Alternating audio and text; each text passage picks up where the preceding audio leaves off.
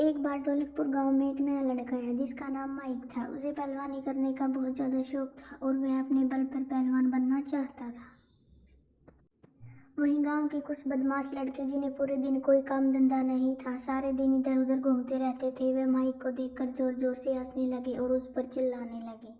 वहीं माइक उन तीनों लड़कों को देखता है और उसे लगता है कि वह उसी पर जोर जोर से हंसे जा रहे हैं। तभी माइक उनके थोड़ा करीब जाता है और उनको कहता है कि चाहे तुम मुझ पर कितना भी हंस लो, लेकिन मैं एक दिन पहलवान जरूर बनूंगा। और कज्जू, तुम्हारे माता पिता भी नहीं है, तुम्हें कोई काम धंधा करना चाहिए, ना कि इनकी तरह बेवड़ों की तरह घूमना चाहिए।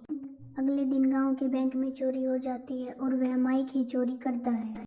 गांव वालों को जब पता चलता है तो वह तेजी से बैंक की तरफ दौड़ते हैं और वहां इकट्ठा हो जाते हैं। तीनों दोस्त मिलते हैं और सोचते हैं कि चोरी का प्लान तो हमारा था, तो हमने तो चोरी की ही नहीं, तो चोरी किसने की। सोचते सोचते मोनू वहां से चला जाता है।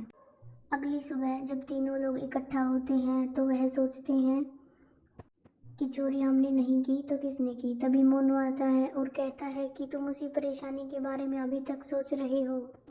कोई नहीं, हम फिर कभी चोरी कर लेंगे।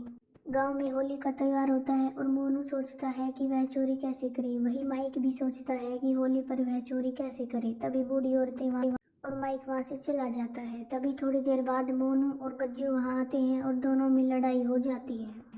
वही गज्जू मोनू को मार गिराता है और मोनू बेहोश होकर जमीन पर गिर जाता है। तभी वहां से ज्योतिषी आते हैं और वह उनसे प्रार्थना करता है कि प्लीज़ प्लीज़ वह उसके दोस्त को उठा दे। तभी ज्योतिषी एक जादू करते हैं और मोनू को उठा देते हैं। फिर वो वहाँ से चले जाते हैं। वहीं माइक सोच रहा होता है कि होली पर वह चोरी कैसे करे। बैंक की तो वह चोरी कर चुका है, लेकिन होली पर भी उसे चोरी करनी ही पड़ेगी, तभी वह अपने पापा का इलाज करवा पाएगा। वहीं तीनों दोस्त इकट्ठा होते हैं और होली पर चोरी करने की ठान लेते हैं। गज्जू कहता है कि हम बैंक में तो चोरी नहीं कर पाए, लेकिन होली पर चोरी जरूर करेंगे। वही तीनों दोस्त चोरी करने के लिए राजी हो जाते हैं और एक गन का इस्तेमाल भी करते हैं। एक पर्स ले जाते हैं वह अपने साथ। वहीं गांव के सभी लोग होली के त्योहार पर इकट्ठा हो जाते हैं और वहां होली खेलने लगते हैं।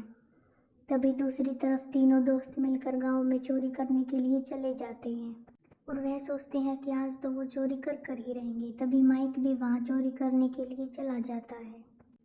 माइक को नहीं पता था कि वहाँ और कोई भी चोर चोरी करने के लिए आ सकता है।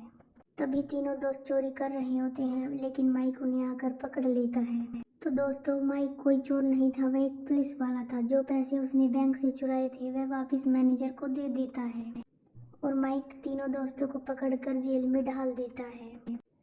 माइक एक पुलिस वाला जासूस था, वह कोई चोर नहीं था।